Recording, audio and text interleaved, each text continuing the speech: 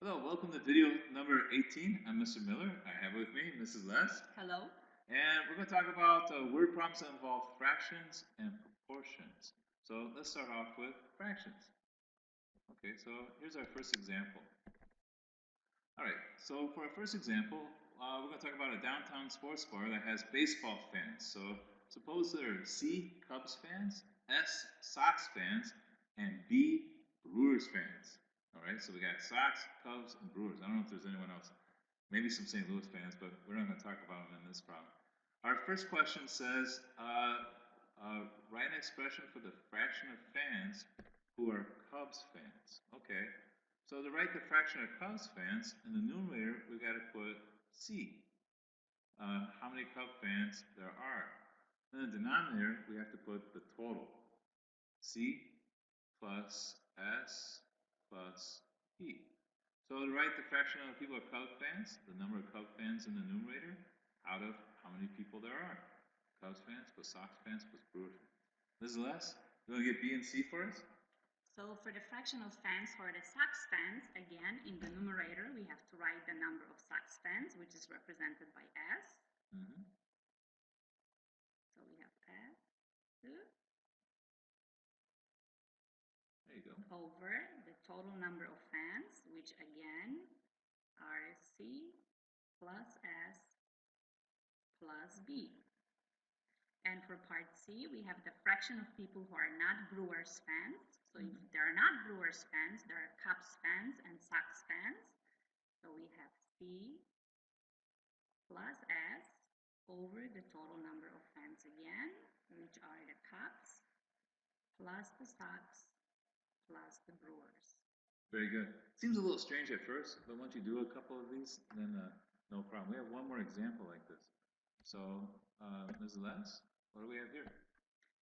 So during the school assembly, we have the auditorium that is filled with S students and T teachers. So again, we have S students and T teachers. We want to write the following expressions. The first one says the fraction of people who are students. So students is represented by S. So again, in the numerator, I will use S for the number of students. And my denominator is the total number of people in the auditorium, which are the students plus the teachers. So for these, most of the time, it's the group you're interested in the top, like this time students, and then the bottom, the total. That's usually kind of the way it goes. That is correct. Okay. So for the fraction of people who are the teachers, again, in the numerator, who are we going to put? Teachers. Teachers. So we'll put teachers, and the denominator, the total is represented by the students plus the teachers. Wow, look at the students in that picture there. They all look engaged. I don't know what that assembly is about, but it must be good. So Ms. Les, here we have some proportion problems. So in these, we got to find the fact that they gave us, set up a ratio, and then use that to find the information that's missing. You want to do the first one for us? Sure. Okay. So we have two quantities here. 32 ounces of coffee costs $14.50. How much would 40 ounces of cost?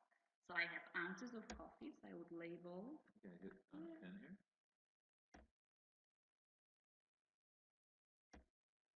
Okay, so I have ounces and I have cost. Okay, and to set up my proportion, so I will be consistent, I will put the 32 ounces cost $14.50 equals, and again, how much would 40 ounces cost? So my ounces go on the top, and I'm looking for the cost. So I have another proportion. So if I cross multiply and solve that, what am I going to get? All right, let's do that real quick. So 14.5 times 40 divided by 32 is less, it's 18.125. So we might round that. It probably cost you 18.13 if we round a little bit to the nearest penny. Okay. All right, what do we got next? So now we have Robert bikes 12 miles in 50 minutes. So now I have miles and minutes. So again, I'm going to set up my proportion. I will use miles and minutes.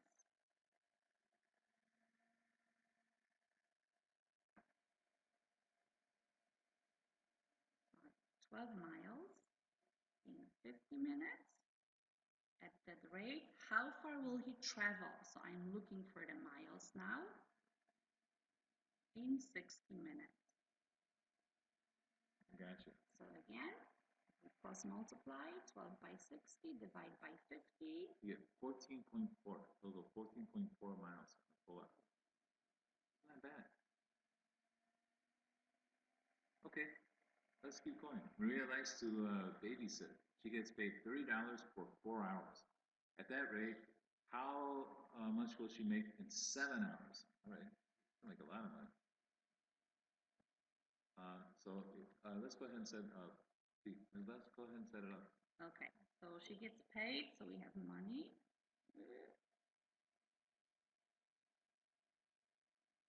Over hours.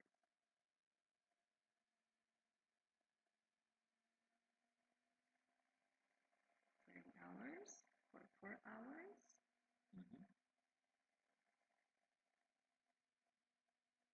We are looking for the amount of money. How much will she make if she babysits for 7 hours? Okay, so you gotta do 30 times 7 and divide by 4. We get 52.5. That's not bad cash. All right, my youngest daughter would love to have that job. she wants to find babysitting jobs. She wants to earn some money. All right, last one. Sometimes this comes up in a lot of ways. Proportion problems actually are really important because they come up naturally. Here, a Toyota Corolla gets 32. MPG stands for miles per gallon. So that's giving us a ratio. 32 miles goes with 1 gallon. All right, and then how far can it travel on 2.5 gallons of gas? All right, so you think you got about 2.5 gallons in your car? This is how far you can go before you run out. So this is an important application. So 32 over 1 is 32 miles per 1 gallon. And we got 2.5 gallons. So that goes there. And we just cross multiply. 32 times 2.5 and divide by 1 if you want is 80. We can go 80 miles on it. All right, we have just 2 examples left. So Ms. Les, these are kind of challenging for students because it's the same sort of problem, but they give us variables instead of numbers in some cases. So we kind of think the same way though. It says, suppose C cookies cost D dollars. That's the fact. So I like how kind of you wrote out how we're going to set this up. We're going to put cookies over dollars. All right, so this is the fact, believe it or not, that they gave us to use.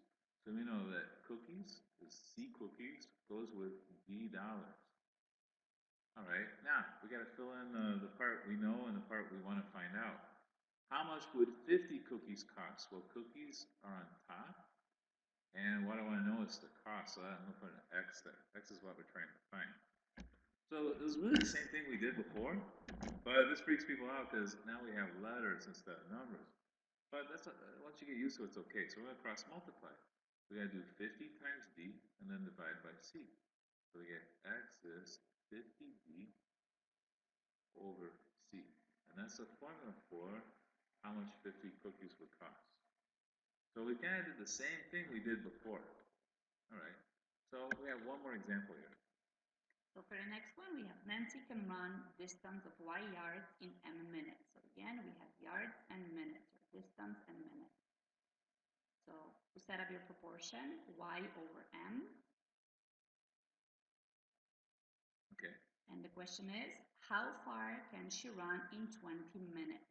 So X goes on the top, that's the distance. This is what we are looking for, over the 20 minutes.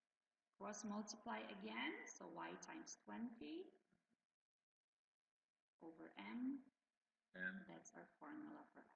That's what we're looking for. That'd be how far she runs in 20 minutes. All right, very good. All right, Ms. Les, it's that time.